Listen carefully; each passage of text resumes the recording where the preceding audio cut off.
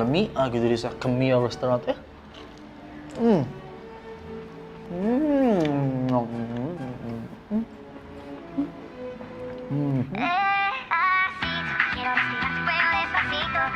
Hello? Hello, I need to speak to Sambo. Yes, speaking. From BPI credit card. Sorry, Mr. Ryan Jickberry is not here right now. Yes, he traveled around the world. Bye. Look here. Want to get out of debt? Today's Money Mentor will guide us on how to get out of debt.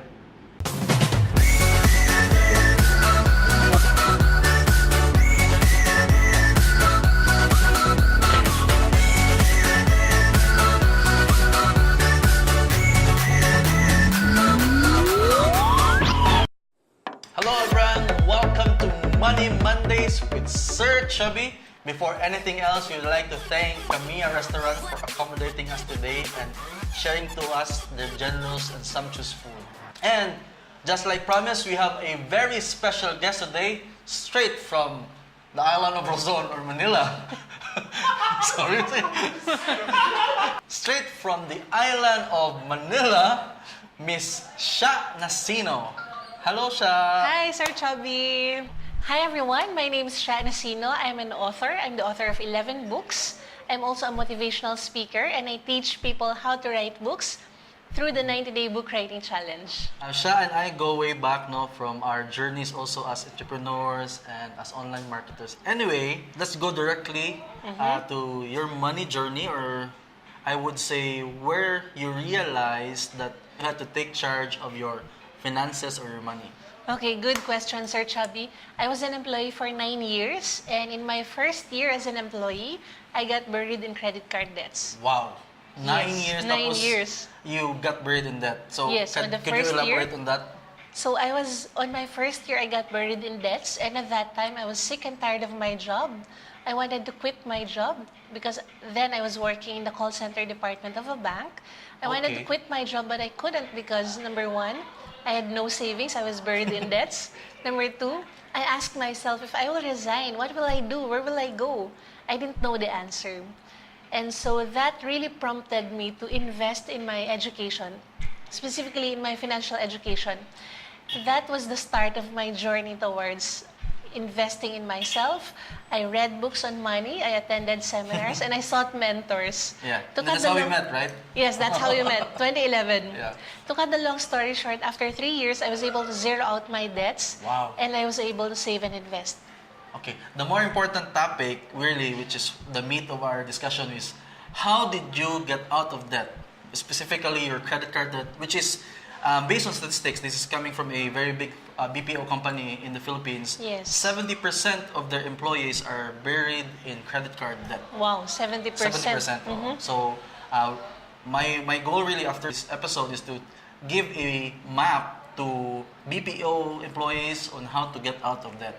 Okay, so that's a very useful topic because I didn't know that 70% are into debts. Okay, so I'd like to share Probably with more, you I don't know. probably more. Okay, so I'd like to share with you how I was able to zero out my debts, how I was able to overcome my credit card debts. Number one is, of course, you have to face your problem. Okay. Face your problem. Yes, sometimes So- people can't face their problem because their problem is their face. Just kidding. But good thing it's not my problem. I don't know about it. Okay, just kidding. Joke yun ng kaibigan ko. So anyway, number one is to face your problem. So what I mean by that is to really sit down and compute how much do you owe? What are your debts? So it's very hard to face your problem because, of course, it's stressful once you realize na ganito pala kalaki yung utang ko. Wow. Diba? So that's what I did. I sat down and I started to compute how much my credit card debts was. And I realized that it was, okay, I'll give the amount. Okay, sige. Can you That was in that was about 2004. 2004, I was only making about 15,000 pesos a month. a month as Yes, a parang BPO as my din. salary. Oo. And then my credit card debts was around 80,000 to 90,000 pesos. I forgot the amount By now. the way, how did you accumulate? Did you accumulate it or did you have a luxurious lifestyle? Okay, so in the bank where I was working, it was so easy to get a credit card. Credit card. Okay. And then when I was younger, when I was still very young, maybe elementary years, I watched a movie and the guy in the movie was in a restaurant. He just handed a piece of plastic and he signed a piece of paper and that was how he paid for his meals. And I wondered, what is that magic plastic? And then I discovered it's credit card. Okay. So what I did when I had my credit card was I went to a restaurant, an upscale restaurant. Wow. I just handed my credit card and I signed. And I said, "Oh, the magic worked." Wow. And so I went again. I went to the mall, and I bought some clothes. I bought a pair of watch, and then I bought a laptop, a cell phone, a camera. Did I just somebody used my influence you, credit card. or was it more of your personal decision? More of my personal decision. Okay, And at so the same that's time, very important. it was also an in my environment. Okay. Because I would see my office mates as well. They just swipe their cards to buy gadgets, to buy what they wanted to buy. Okay. So that said, 80,000 pesos. So the first step, again, is to face your problem. Yes, face your problem, compute what you owe, Okay. and then make a decision to really zero out your debts. Because if you don't zero out your debts will eat you up. Okay. Very common in my experience also when I face my debts, people or the banks would call you, then the most reaction would be to turn it off or to not answer it or to Yes. lie. That actually happened to me. But you're saying that you should face it and talk to them? Yes, that's Okay. correct. In my case, I didn't experience being called by credit card companies because I was paying the minimum amount. Okay, I was paying the minimum amount regularly. Which actually is making the debt bigger, correct? Correct. Yeah. So, for example, Because of compound interest. yes, exactly. So, for example, if you're listening right now and credit card companies are calling you up, Wow. instead of avoiding them, talk to them, and then ask for restructuring. Tell them that you're willing to pay, but you just couldn't pay the amount that you're asking for. So you ask if it's possible to lower the amount that they're asking you to pay for. Let's say maybe just pay the actual balance and Okay. not the interest. Or maybe they could recompute and let you pay in installment. Okay. So they can do that. Considering that, I've heard some people and a lot of my friends also have done this. Should they cut their card Yes. that very moment? Yes, that's step number 2. Okay, So step so number 1 that's- is to face your problem. And step number 2 is to cut down your credit cards. Okay, that's very important. Yes, very important. So let's say you have 5 credit cards. Grabe, 5. How many did you have, by the way? I had 2. 2, okay. Yes. 2 lang. Let's say you have 5 credit cards and you don't, maybe you have this big impulse to buy, to just swipe the credit cards. So you cut down the 4 cards. Okay. Again, let's make a disclaimer because credit card is neither good nor bad. So if Okay, you have yeah. 5 credit Agree, cards agree. but you're paying it in full every month, maybe you're a business owner and then you make your budget using your credit card, then that's okay as long as you pay the balance in full Yeah. every month. So we're talking about the balance that you don't pay in full every month Yeah. and that has accumulated interest charges. Yep. Okay, so if that's you, so you cut down your credit cards and just leave 1 credit card which you can use for emergency purposes. Yeah, and also for efficiency purposes like Right. groceries, you don't need to bring cash or eating outside. Correct. So efficiency, for example, you want to buy tickets online. You don't Yep. have to line up. And then you may want to pay utilities or you may want to buy something online courses, things Okay. like that. Like, Yes, so you cut down courses. your credit cards and just leave 1 for emergency purposes. Okay. I think we have to decide we have to define what emergency is. Okay, sige. So sale is not an emergency. My wife says so. Just kidding. Of course not. Sale is not an emergency. So emergency means, for example, you need to pay hospitalization, Yep. or you need to pay for medicines that you didn't How about this? Would expect. you consider amortization payments for your house an emergency? No, it's not an emergency Okay. because you That's already know very that. clear, okay. You Because that's already already know planned, that. Yes, supposedly. it's every month you pay for amortization, right? So it's Okay. not an emergency. Again, recap ko lang, step number 1 is to face your fears. Your problem? I'm sorry. recap ko lang siya. So, first step is face your problem. Yes. So, tapos number 1 is to cut talaga, literally cut your credit card. If possible, if from 5 to 1 or totally 0. Yes. Okay, sige. So, number 3. Number 3, you apply for balance transfer. So here's how balance transfer works. Let's say you have credit card A and you maxed out the credit limit of your credit card A. Okay. So what you do is you apply for another card. Okay, credit card B. But don't use this card. What you do is you transfer your balance from A to B. Okay? So Pwede pala you've yun. already zeroed this out. Pwede yun.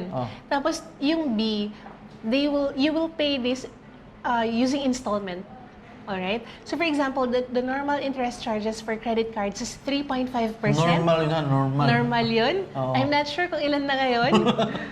And then, for balance transfer, the interest charges is only about 0.88% per month. Or Okay. maybe about 1% per Wow, month. so that's ang a laki big ng difference. matitipid mo. Yeah. Correct. But once you've zeroed out this balance, credit card A, you need to cancel the card. Huwag mo nang Literally, gamitin. wag nang gamitin. Huwag nang gamitin. And So- then focus on paying off your balance in credit card B. Okay. So, So that's how balance transfer works. sige, step 3, so balance transfer. And step 4. Okay, Meron pa ba? step 4 is to pay more than the minimum amount. Wow. So that's the magic actually. no? Yes, that's the magic. Because you would see in your credit card statement, ang laki-laki ng amount ng minimum payment due. And your banks would tell you, just pay the minimum amount para hindi ka mahirapan. But the Good hidden business message, for them. Yes, the hidden message is just pay the minimum amount so you will be charged with interest charges. Kasi yung principal, same, lumalaki pa rin, no? Yes, lumalaki pa rin. Wow.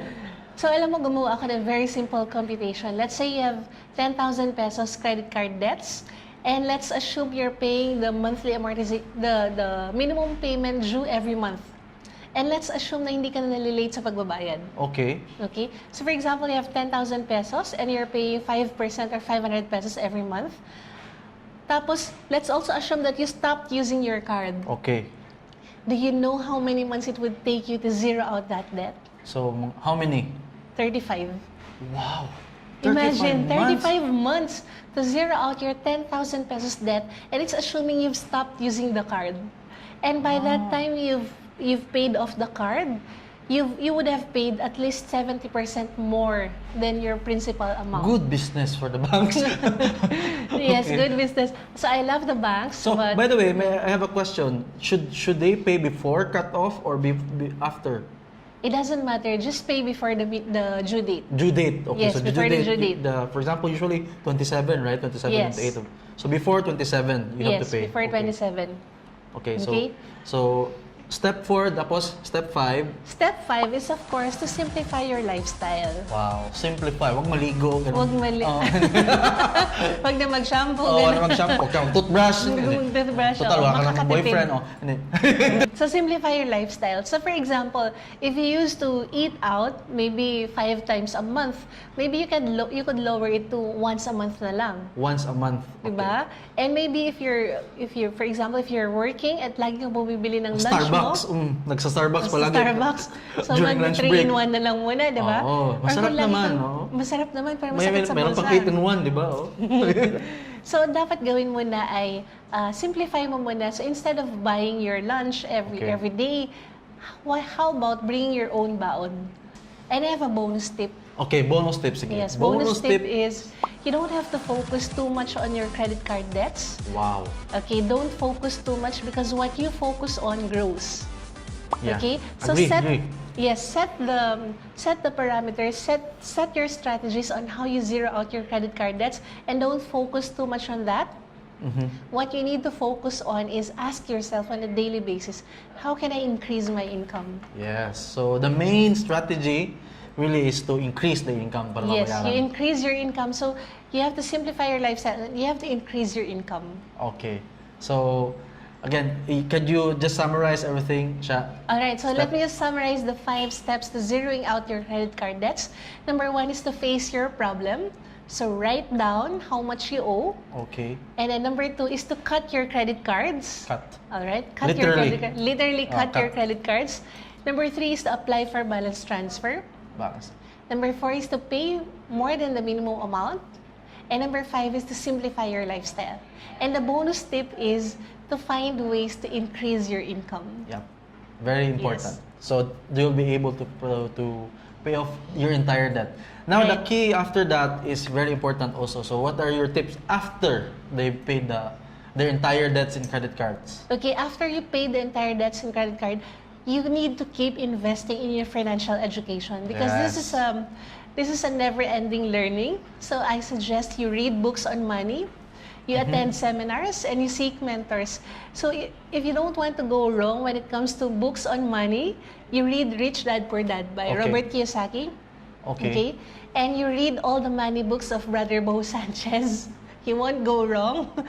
Okay? And there's another really good book for yuppies. Oh, alam ko yun. It was written by a young professional for young Oh, professionals. maganda ata yun. No? Oo, sobrang ganda nun. Ang title ng libro is Money and Me. It's available in national bookstores nationwide. Yep. And the author is... Kilala No mo other yung author? than- Oo, ako nga pala yun, no? Oo, Char. yun. Oh. So, Money and Me, that's the book. And the book has one chapter dedicated to zeroing out your credit card debts. Wow. One chapter. It One needs one chapter. chapter. Okay. So, lastly, Sha, what is your parting message for our viewers for Money Mondays? Okay, so for Money Mondays, I believe that you have the potential to zero out whatever debts you have right now. Agree? Yes, and you have the power to go from where you are now to where you want to go. The key is you need to invest in yourself. Okay. Don't skimp in your education, especially in your financial education. So I highly encourage you to read books, attend seminars, seek mentors, and to keep learning and growing. Sha, could you invite our viewers or how can they contact you if they need help? Okay, sure. So I'm on Facebook. Just look for Nacino. I also have a website, nacino.com. Okay. And I have a free gift for all the viewers. Wow. Free gift. Free gift, yes. So I wrote this ebook. It's called How to Earn While on Vacation. Gusto niyo ba Wow. yun? Yes, How to gusto Earn While ko on yun. Vacation. It has a foreword by Brother Bo Sanchez. And you can download it for free. Just go to seminarphilippines.com. Seminarphilippines.com. Yes. Okay. And Thank you can- so much, Sha. You're welcome. Thank you, Thank Sir you Chubby. Again, guys, thank you so much for watching and congratulations in your future for getting out of debt. And please post your questions and you can also contact Sha if you have additional questions. And always remember and never forget, do what you love. And love what you do. You are a A passionpreneur. passionpreneur.